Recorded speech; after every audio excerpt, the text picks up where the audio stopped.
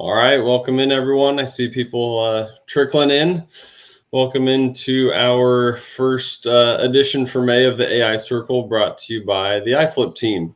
Hope everyone's had a good start to the year thus far. I can't believe it's almost summertime, but I will take it. So if anyone is joining us for the first time tonight, kind of the agenda, we're going to go through about a half hour, sometimes 45 minutes, depending on the questions that we get. We're going to spend the first 15 minutes or so just doing a market update, talking about things going on in the markets, whether that be stocks, crypto, bonds, maybe even certain things like that. We'll go over some smart folios, some things that our AI has traded lately. And then at the end is your time to ask any questions that you need. See, Jim says, hi from Mexico. That's awesome. Hey, Jim. Without further ado, let's bring in Kelly, though. Kelly, the man of the hour, the people, or the person that everyone wants to come see. So, Kelly, thanks for joining us tonight, as always. Thank you very much, Lee. Hello, everyone. And I think before we get into it, we have to get our favorite part out of the way. So let's knock out this disclaimer. So iFlip Investor Inc. and iFlip Financial Services are not financial advisors and do not make, buy, sell, or hold recommendations on any financial instrument. This presentation is for educational purposes only. Unique experiences and past performances do not guarantee future results. All financial investments involve risk, and you should speak with your CPA or financial representative to ensure the iFlip smart folios that you select are suitable for your investment profile before trading in a live brokerage account. Got it all done.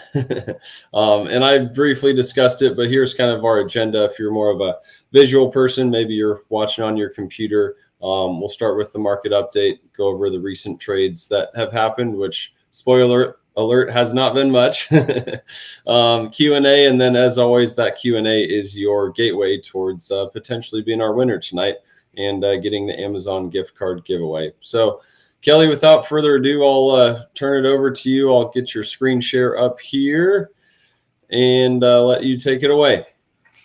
All right. Thank you, Lee. Hello, everybody. Happy early May 8th. Wednesday, AI Circle for iFlip. I don't know which one this is for the year, but it is every other week. So I actually, sorry to interrupt you. I saw this was number 40. Obviously not 40 for the year, but we've got to be around, I don't know, 9 or 10 for the year so far. I hope so. Let's see, 2 per month times 4.5. Okay. 10 or 11. All right, folks, let's kind of get into it. I think recently, as I think everybody knows, on our last AI Circle, the market about 10 days ago was right in here. I believe that was also the Wednesday. Remember, I mentioned that, hey, we were in a critical spot at that time to see which way it would break. Interesting, 2 weeks later, we are exactly in a similar situation, but the market is a little higher. I think it's kind of noticed, we're looking at a chart of the Dow Jones 30 stocks. Recently, a person reached out to me and one of our clients and said, they had a money manager that had only made, 3% over the last 2 years. And I pointed out to that customer that in general, let's take a look at the market. Over the last 2 years, do you realize, everyone, that the market is only up 6% for the Dow Jones? Here, for example, is the end of December of 2021. The Dow Jones was sitting at that time at about 36,900. Today, we are at 39,056. So I don't need to tell anybody to do the quick math that we are only up about 6.5%. And by the way, folks, that is literally only for over the last 2 years, a 6.5% gain in the Dow Jones. It doesn't seem like much, does it? It seems like the market's been going up for a long time. And the reason I mention this is because people only have a recent memory. So the recent memory most people have is the beginning rally of the fourth quarter of last year that started literally in October of last year. And we saw this Huge rally. Here it is, folks. Went right up, came down, which we feel the market is rolling over. We'll get to that a little bit later. And now it's bounced back, notably on absolutely no volume whatsoever. The market doesn't feel very strong, even though it has rallied in recent days. But it is notable to everyone. I really want them to understand that the market, for all of its grandeur, for the Dow Jones is only up 6%. And let's look at the S&P.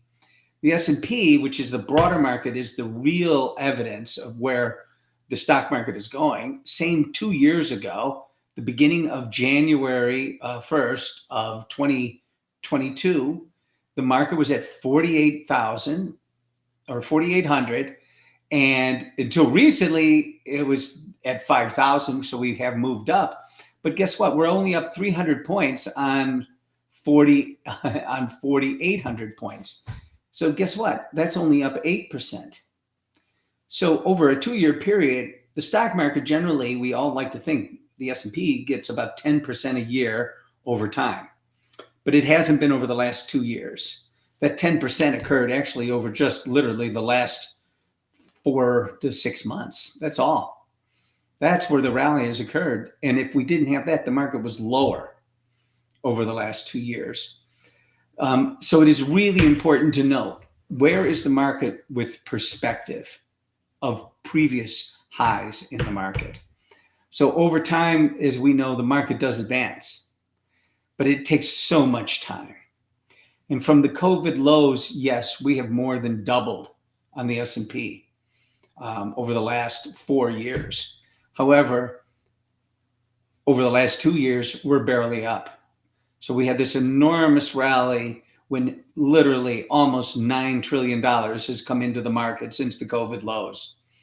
And our debt has gone up for the country. I'm not really worried about that. That will not cause the markets to go down. But it is notable to say where we are really. And at Flip, we care a lot about when a person invests and puts their money in the market, where are we relative to the S&P 500 when you initially open an account? That is the true measurement. Where are we relative to that? So that's what we focus on. We try to make our portfolios to be relative to the broader market, because you can do that without anybody's help. Not Flip's, not JP Morgan's, not E.R. Jones, not Charles Schwab. Anybody can invest in the S&P 500. So let's get a little more granular here. The reason why we had this recent little rally off of our lows is this. It's the bond market, which of course, you know, I always go to that next. Notice this little tiny rally over the last 4 days in the bond market. It's this little tiny rally that has made all of a sudden stock investors optimistic again, even though it is a very clear path that interest rates are going higher. There will be very likely no rate cuts this year by the Federal Reserve, unless they're being political. There's absolutely no reason for that. But this little tiny rally inspired the stock market to have its little rally here. When this market rally here fails, we will see the same thing again occur with the Dow, the S&P, and the NASDAQ. Let's zoom into some stocks before we get into the AI and questions. Look at Apple, everybody. Apple had a big jump recently. It moved literally on better earnings, but guess what? Their iPhone sales are down by 10%. That is an ongoing problem. I feel Apple is one of my strongest companies. I believe in it. It belongs to the SPY Plus portfolio, also SP Beta Kicker. But guess what? For now, folks, I'm a fader of Apple. In other words, I would sell this rally. Why? When I see markets start to gap like this, it means that they don't really have any real direction that comes from news intraday. We are just seeing a reaction to a report. And ever since that reaction, the market is actually lower. Apple is a sell here at 182.50, in my opinion. So we will look at that on the next AI circle. Someone keep note. Lee, please keep note. Let's look at Google. Google did the very same thing. It had this huge rally. It's trying to recover to the rally. But again, I don't like Google here. And I don't like any of the Mag 7. They have been languishing. Google had this rally because all of a sudden they're offering a dividend because of their huge cash balances. They no longer have any companies to buy. So what do they do with their cash? Well, they start giving it back to investors in the form of a dividend. So they announced the dividend, the stock jumped. However, it fell back and now it's trying to recover. We will see about Google. I'm a seller of Google here, and I don't like the stock personally, but I'm offering my opinion and not what AI says to do, which, by the way, remains long. Meta, again, bad gap down, actually, and then it's trying to recover. Why? Because the interest rates. Amazon has been holding up very well. It's on its highs. Microsoft, I'm really looking at Microsoft in the short run because I do feel Microsoft would be an incredible buy if I can pick it up around 370. I do not like it at 410. Netflix, I'm long, but I'm only looking for the old highs, maybe a little above, and then I'm out. This is me talking personally again. NVIDIA, everybody thinks this is something you should buy right here, right now, always and forever. I'll buy it at 600. So my arrogance feels that this stock feels off to me. I understand what AI is more than most people do. However, I can't get my arms around one stock fully being in offering the only access to high-speed computing and AI. There will be a challenger, and when there's a challenger and they lose sales at some point, this stock, I think, will become extremely vulnerable. That doesn't mean to go out and sell it, but just know that on the horizon, there is going to be some issue with this company, like all of them are. And I'll give you the next example as to why. I mean, Tesla is the example. Tesla is a great company. It's run by a pretty good guy who represents really all that is good in terms of how to run a business, how to be innovative, how to think outside the box. But his company has been having problems over the last year and a half. And why is that? Nothing he's done. The idea of electric cars is here to stay. I get it. However, we're all finding out that, you know what, electric cars aren't all that the governments of the world want them to be. And they do have issues. Nobody rents. If you ever go out to an airport, do you ever rent a car? I know of no one that has ever rented an electric car. Too much of a hassle. So, and we've also learned, of course, that there's huge inventories on the lots of Teslas that there just can't be sold. People have lost their main interest in the Tesla and electric automobiles. So I can't really get my arms around this company right now as much as I would like to buy it. I just can't. And so I feel that this here is still in the sell mode. I find another interesting thing is, let's look at the banks. I mean, the banks are kind of been on their highs. I believe in the banks that over the long run, if interest rates widen, which is what I expect to happen, banks do better in that kind of environment. In an inflationary environment, interest rates going up is actually good for the balance sheet and profit and loss of a bank, given how they make money. So I'm kind of optimistic on banks, regardless of the interest rate scenario, and I like them. This is one of the reasons why we've seen Goldman Sachs take off recently, and it was really a laggard for so long. Look, I mean, this stock did nothing, even prior to 2022. And that being said, it's only about 3% higher than its 2022 prices. Let's go to ExxonMobil real quick. You know, ExxonMobil, they just can't kill it. Nowadays, it seems like it wants to sit around 116, which is kind of, you know, a very high price for a stock that we kind of know and has been offering and kicking out dividends forever. This tells me that the market is still trying to grind higher and live through a higher inflationary environment. Because look, I mean, oil is a commodity and people need it. And this is the price of this stock has been very firm, even though we've had this correction. Why? Because we just saw oil prices move down about $10 a barrel over the last 10 days or so. My favorites I'll get to real quick, and it's Energy Transfer, brand new high today, it looks like, folks. The dividend is coming out. It looks like it's coming out tomorrow or Friday. Let's make sure it is. It is coming out Friday the 10th. It's paying 31 cents on 31.7 cents per share on a $16 stock. So that's still offering around 7.25% or so. I love this stock. I think it's going to $22 to $24 a share. That's about a 50% increase from here. And you also get the dividend in the meantime. Let's look at All Plains American. Guess what? Dividend came out last week. Of course, it fell into the dividend. Now it's recovering. It was at 19. I think it goes back to 19 and also to 24. I love this stock. You can buy this one in here. Let's go to one more stock here. Let's look at Verizon. I think these are kind of dull. Verizon and AT&T, I keep them together. But I keep them together. These are both paying about 6.7%. I think these are real good defensive stocks. Regardless of what the market does, you get a high dividend. They represent infrastructure. They're good to have. I have them in most portfolios. Let's quickly jump to the dollar and gold before I get Bitcoin and we go to questions. Folks, I mean, I really think it's interesting as I ramble on here that so many people are worried about the US dollar and they're worried about inflation.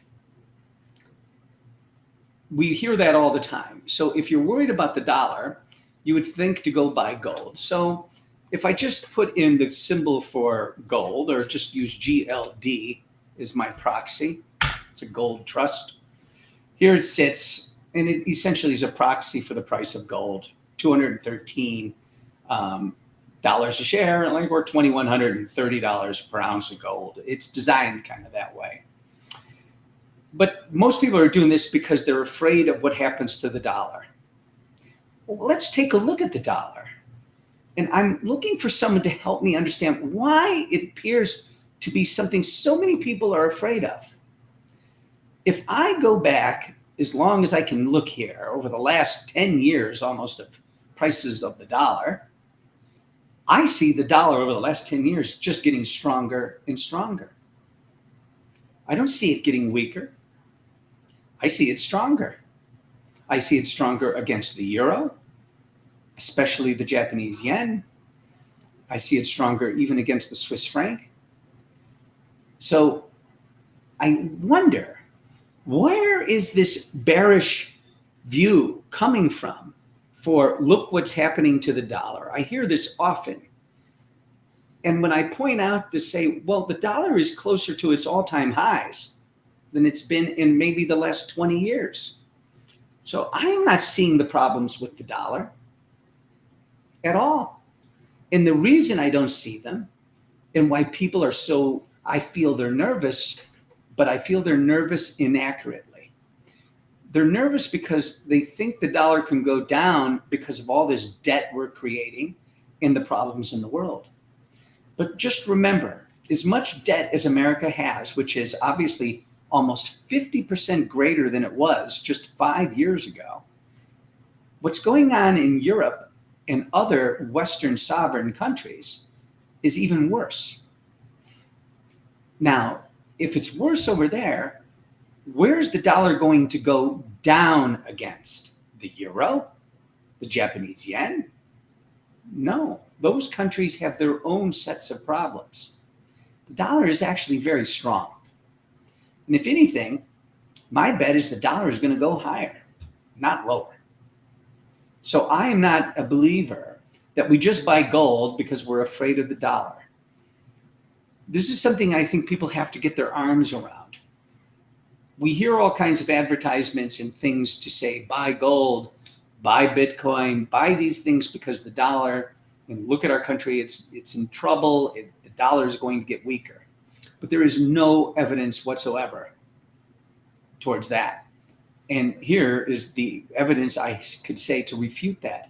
The dollar is closer, it's above its mid-range here. This is the mid-range. of where it's been for the last year, 15 months.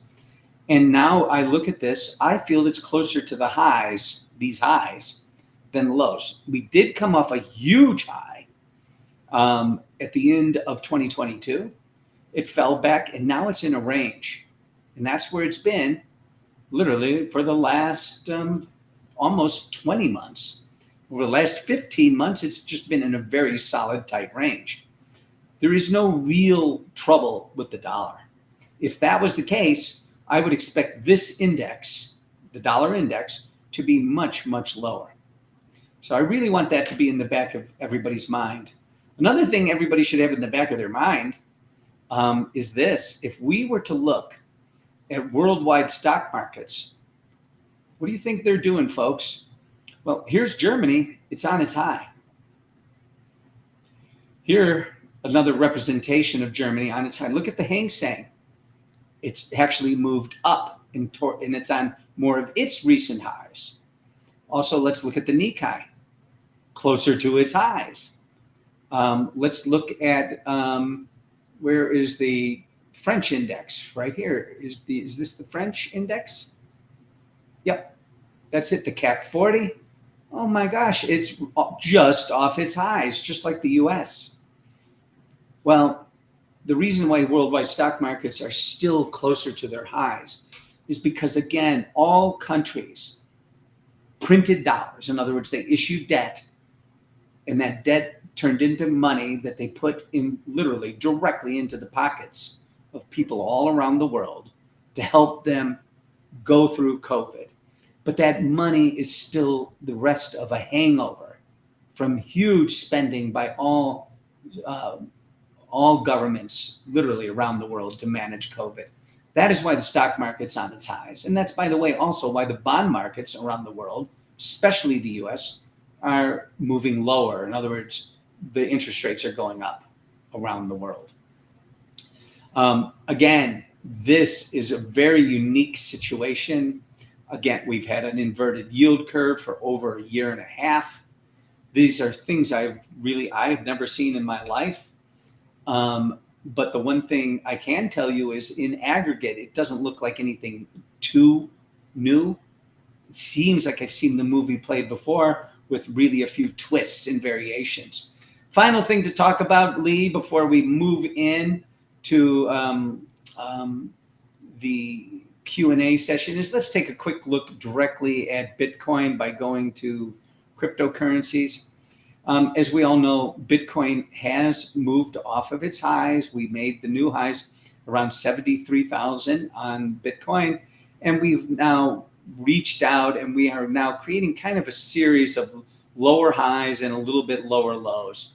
So Bitcoin, in order for it to move a little higher or to be able to ungo this flag, when you see these kind of lowering flag patterns, a pennant, they would call that in technical analysis, we need to see which way this is going to break. If it breaks lower, yeah, we can retrace all the way back down to in this area of about 40 to 45,000.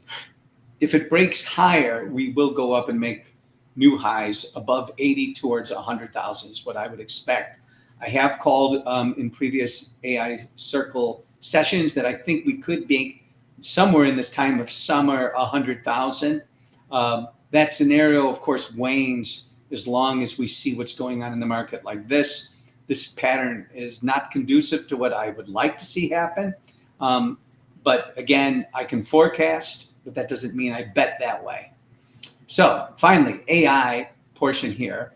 Let's talk about one of our portfolios, the Fitbit portfolio, which essentially is a half position of Bitcoin while it's always in another half a position in Bitcoin when it's going up.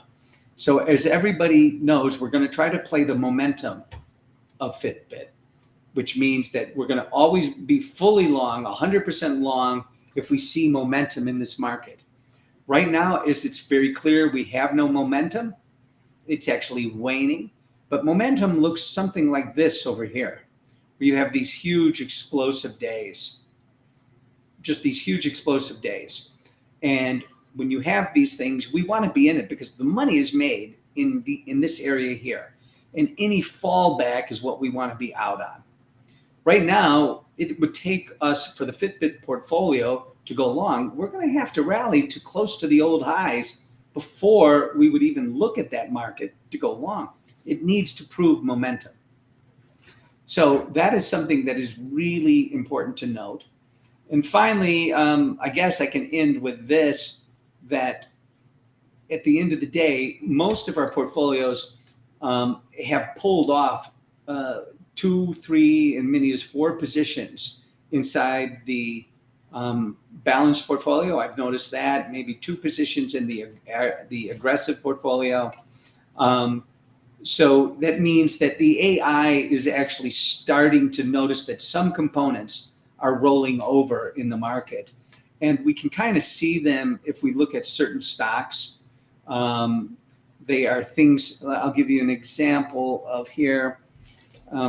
We did like Boeing, but look at that. Boeing, we've been out of this for quite a while, but we did like Boeing for a great deal of time, and we ended up being out of Boeing in this area here. And over the last 8 months, we have not had a signal. We're not going to get one.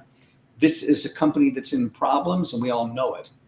And so it'd be foolish to invest in it, but yet this is a good company with a lot of issues. But there's other stocks that are also starting to roll over. Here's another one, the Chicago Mercantile Exchange, which I was a member for a while in the years past. I mean, you can see here, AI had a good day today, but AI is showing this to roll over. This is not really an aggressive stock to buy at this point. So AI has us out of things like the Chicago Mercantile Exchange, CME. So that's a little bit of an update of what our AI is doing recently, which, like Lee said, it is a spoiler, not much. The market isn't giving us any information for the AI to make any real changes in direction or signal strength. So for now, we remain where we are. Out of most stocks, we've only seen about 5 stocks roll out because the AI has given sell signals, but the remainder of the stocks that are in portfolios remain long. And because they're closer to their highs, they should remain long. And that's it. So Lee, back to you. Perfect. And I remember when the portfolios were slightly retooled, Boeing was actually one that exited with the balanced portfolio or maybe aggressive. And I think Verizon replaced it. Maybe not directly, but it was. Yeah. So cool. A lot of questions, a lot around Forex. Let's go. Ogden had a question about AMD. I don't know if that's one you really follow very much, but she had a question on AMD. She just said, how about AMD? This was back when you were talking about NVIDIA, and she was saying where she bought it. I know AMD is an interesting one. Well, I just put up a chart of AMD. I can tell you by just looking at the chart, I can't tell you what AI is going to make a signal of over the next week. But if one thing I know is the way we train AI is we train it in 30-day segments. And if I were to look at the last 30-day segment, which is about a month and a half of data, look at the data it has to work with. If we call that about a month and a half ago, right about where my crosshairs are, if you can see it, the data is generally lower. So we don't have, I don't think we have AMD on using AI right now, but I could tell you what the signal would be. And I could tell you that it would be over a -1, which means we would not be a buyer of this stock anytime soon, at least on the training level that we look at in our walk forward analysis that we would put it towards. So I can't see, when I look at this, just visually, I can tell you that I don't see a long signal in this stock anytime soon. Sure. Charles, a little while ago, said agree with the financials. Juanita had a question.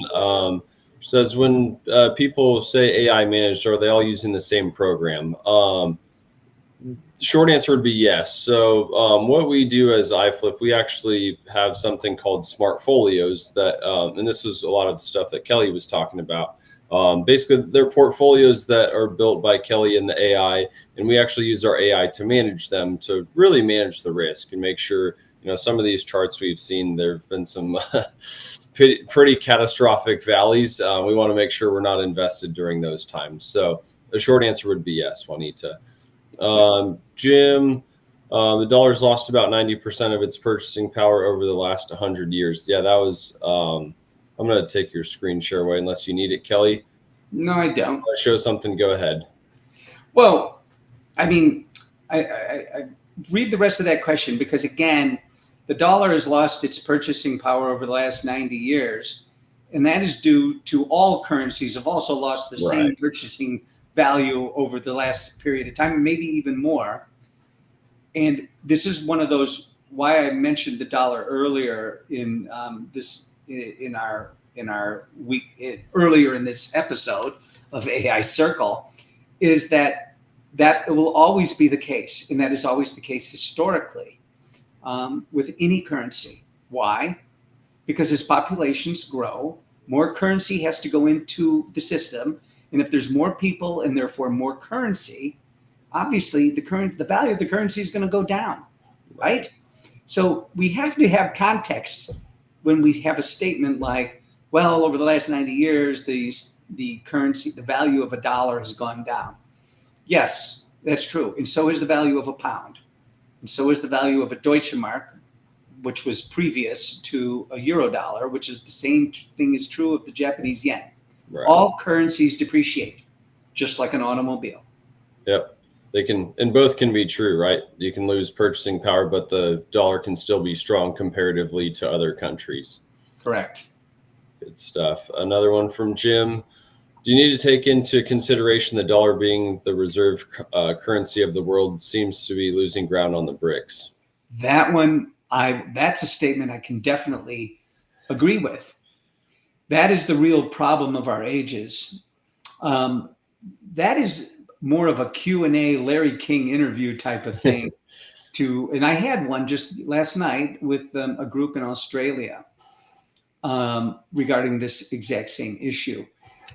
The dollar as a reserve currency, I do feel, is under a threat.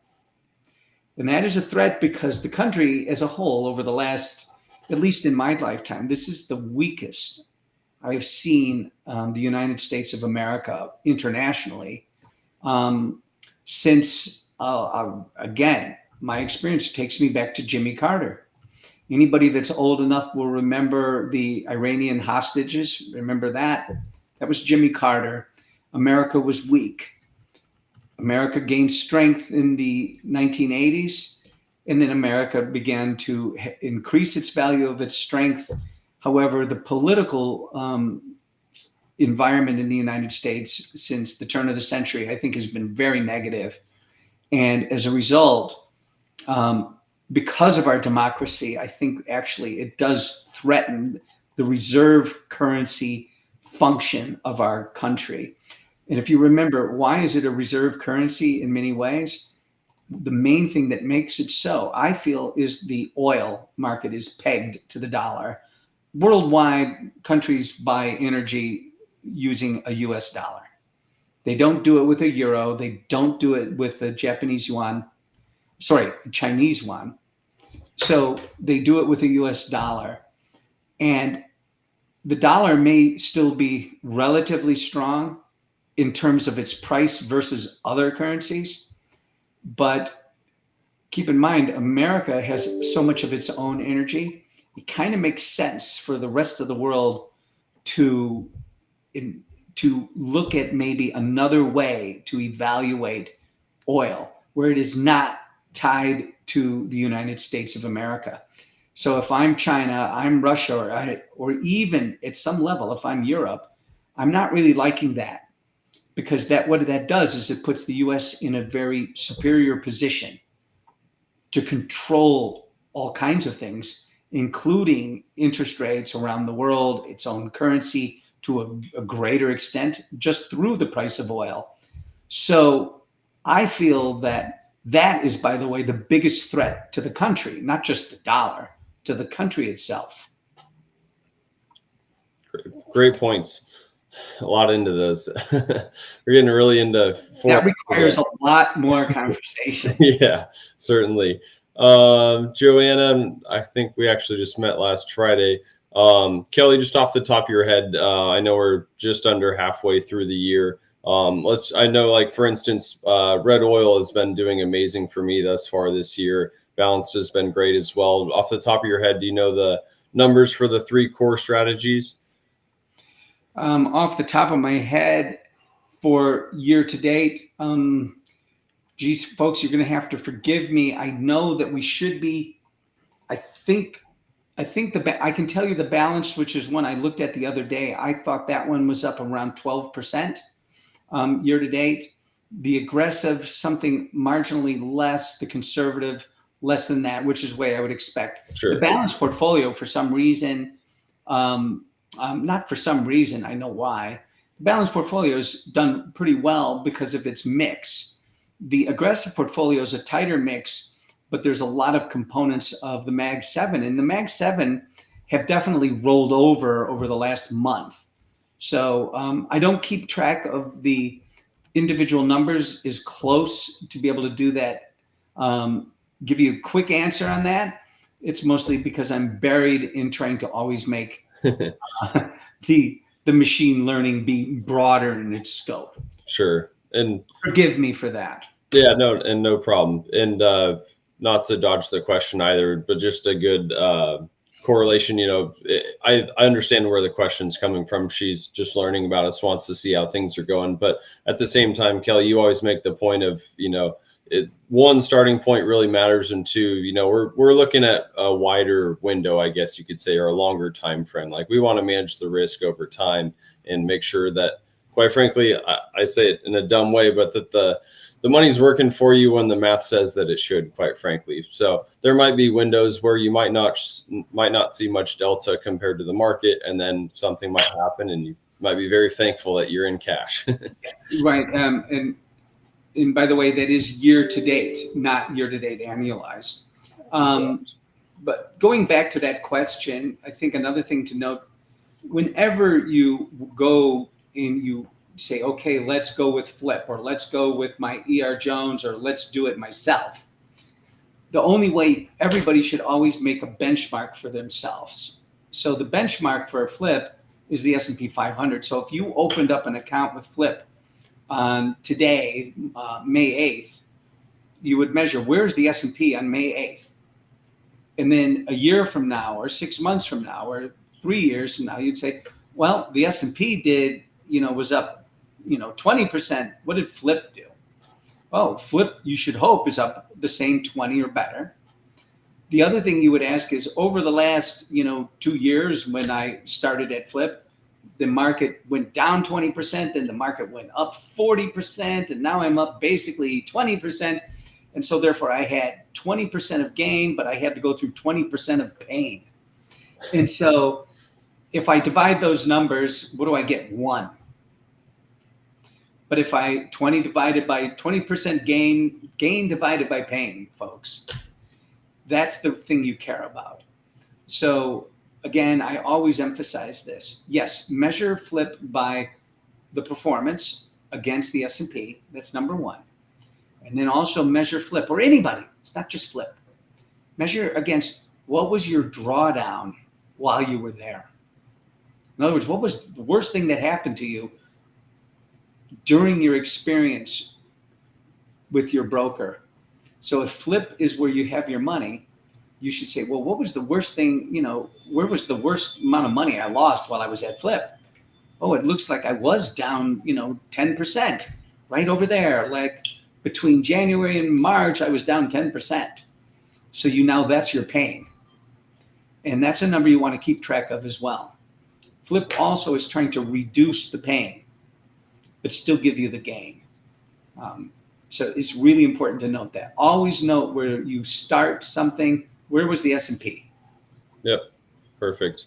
To go back, Stephen, I'm going to put my calendar link in the chat here. I'm happy to walk you through the process of getting things set up. We do also have a support team as well that can help with anything onboarding related, and even throughout your journey here with us at iFlip. But if you'd like a one-on-one walkthrough, I'm happy to do that with you. And anyone else. The offer is open to everyone here. Can I answer one more question? And I would call this the winning question too, is how Flip AI is as comparison to intelligent portfolios offered by other brokerage providers. What's our advantage? First of all, there is no AI as used by, like Flip uses it, offered by any other company. Really want to point that out.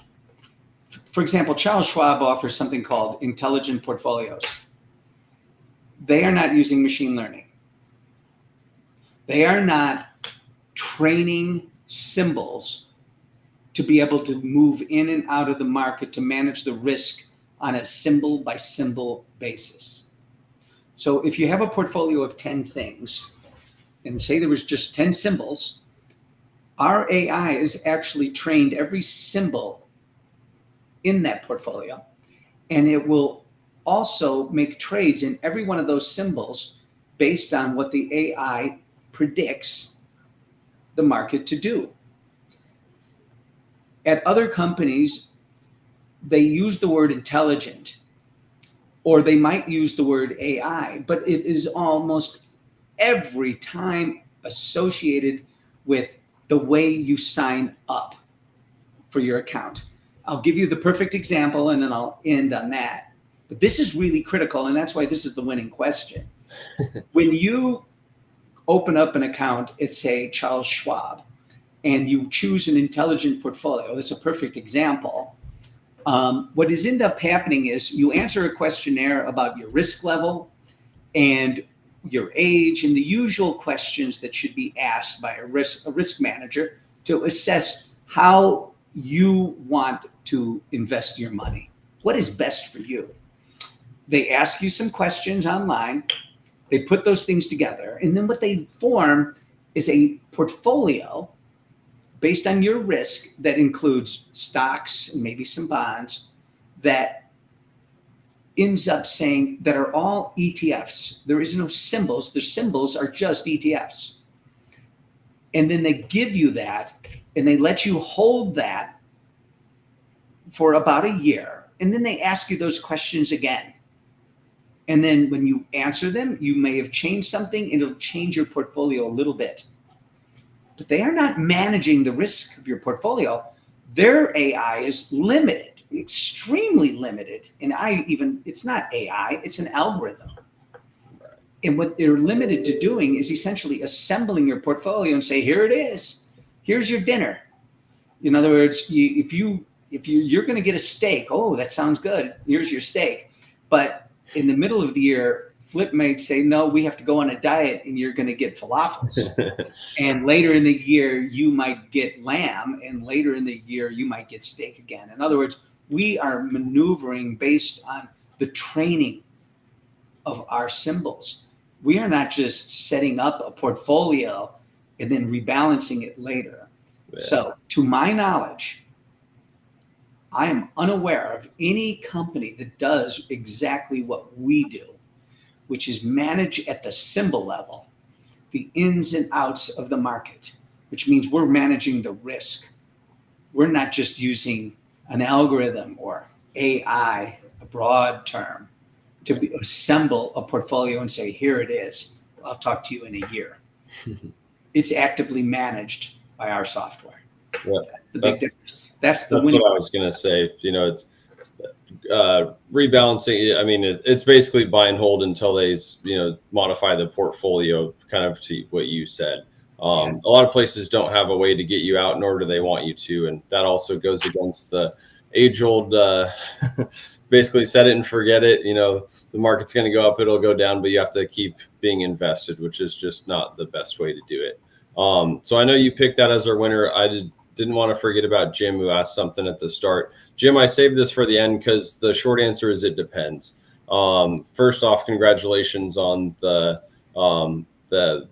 guess, the investment in the company going public. That's awesome.